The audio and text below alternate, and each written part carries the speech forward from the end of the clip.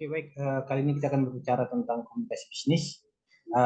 Setiap manusia, setiap makhluk hidup itu pasti membutuhkan komunikasi untuk berinteraksi.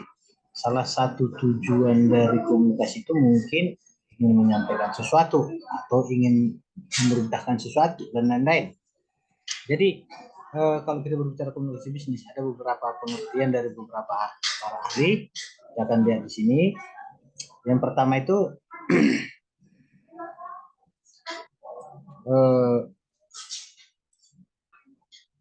menurut Kars tahun 1994, yaitu komunikasi bisnis adalah pertukaran pesan dan konsep yang berkaitan dengan pencapaian serangkaian tujuan komersil. Jadi di sini kita bisa lihat ada pertukaran ide,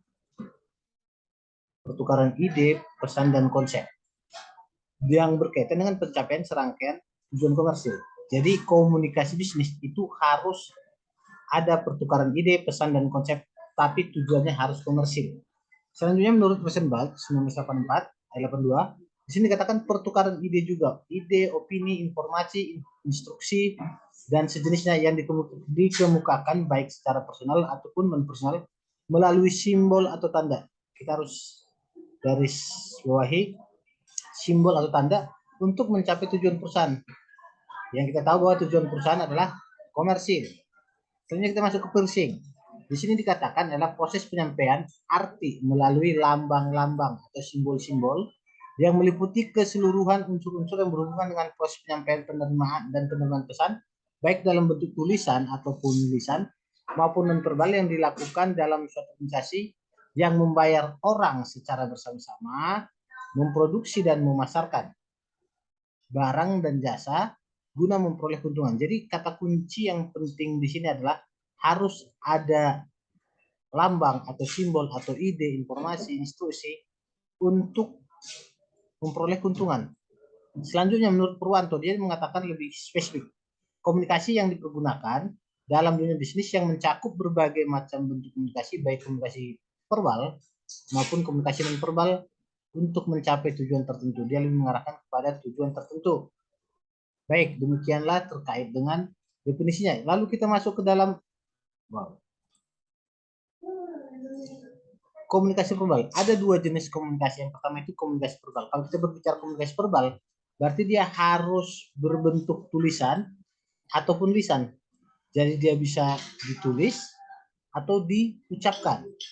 Baru selanjutnya memiliki struktur teratur dan terorganisasi dengan baik. Teknik komunikasi verbal ini ada dua juga, kita lihat di sini. Pertama, berbicara dan menulis. Itu yang pertama. Jadi buat orang yang menyampaikan berarti dia harus berbicara. Atau yang menyampaikan tadi dia harus menulis. Tapi untuk orang yang menerima itu mendengar dan membaca. Oke. Baru tahapannya apa aja untuk komunikasi verbal ini? Yang pertama itu mencatat informasi. Ada informasi yang ingin disampaikan. Selanjutnya ya, otomatis ini dari si penulis atau si pemberi pesan.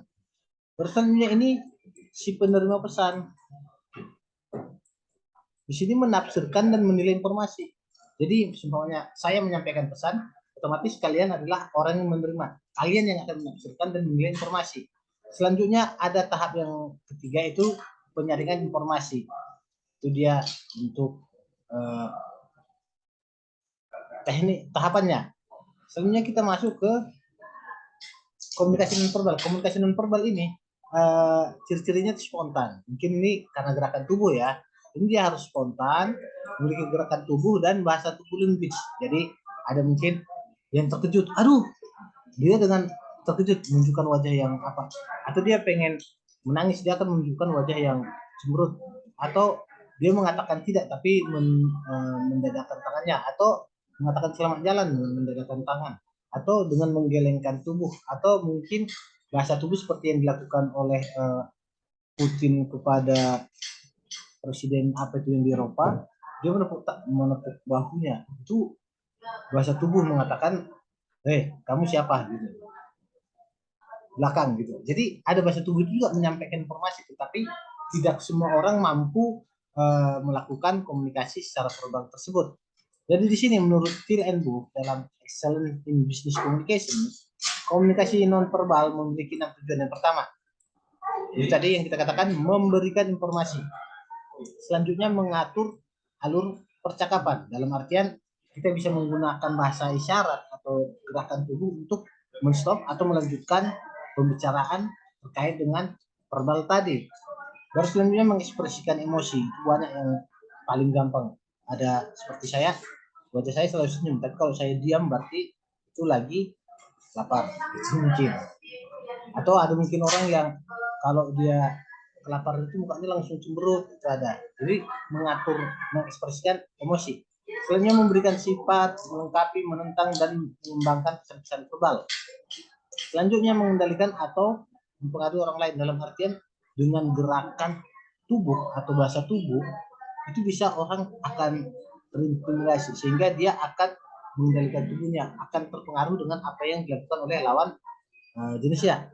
Baru selanjutnya mempermudah tugas-tugas khusus dalam artian kalau kita mengatakan stop itu kan terlalu ribet. Ini katakan pakai tanda bahasa tubuh aja udah lebih gampang.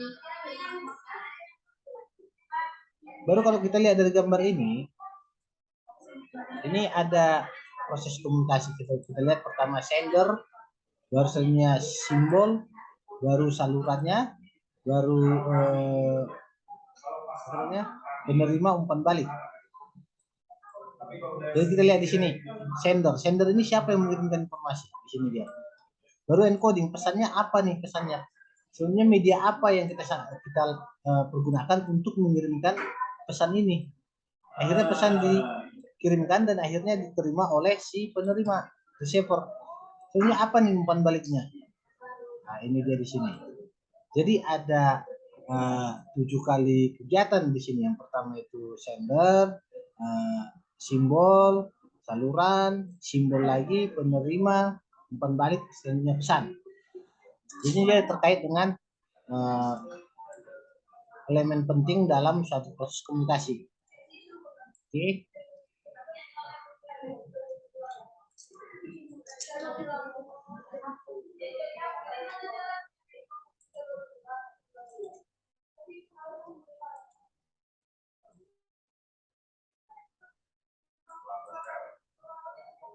Oke, baru sekarang kita masuk ke faktor-faktor penghambat komunikasi dapat dikelompokkan dalam 4 masalah utama. Pertama itu masalah mengembangkan pesan. Tidak semua orang mampu berbicara secara baik, secara sempurna dengan topik yang sedikit, dengan ide yang sedikit. Contoh, makanya ada kuis-kuis, kadang ya kuis menyambung kata atau menyambungkan ide gitu.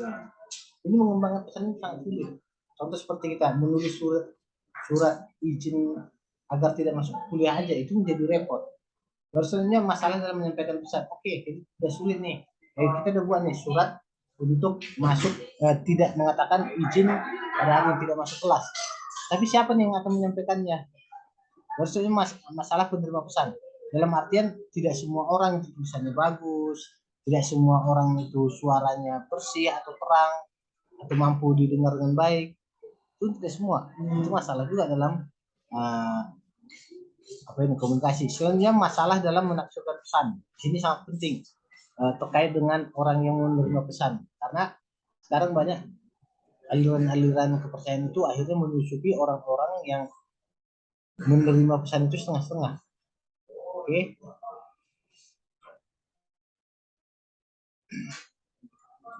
Terusnya beberapa hal agar komunikasi efektif. Yang pertama itu persepsi. Selanjutnya ketepatan, kredibilitas, pengendalian, keharmonisan. Berkomunikasi yang efektif dapat mengatasi berbagai hambatan yang dihadapi dengan memperhatikan 3 hal berikut. Pertama, membuat satu pesan secara lebih berhati-hati. Dalam artian tulisan berbau tulisan babi di motor utara itu termasuk dilarang. Berselanjutnya meminimalkan gangguan dalam proses komunikasi. Dalam artian kalau kita langsung berkomunikasi tanpa ada gangguan mungkin kita tidak perlu repot. Dengan mempermudah upaya umpan balik antara si pengirim dan si penerima. Ini yang termasuk sangat penting karena saat pesan itu tidak tersampaikan maka untuk apa kita kembalikan. Oke. Baik, demikianlah yang bisa saya sampaikan untuk mata kuliah komunikasi bisnis ini. Baik, nanti kalau ada pertanyaan langsung di kolom komentar.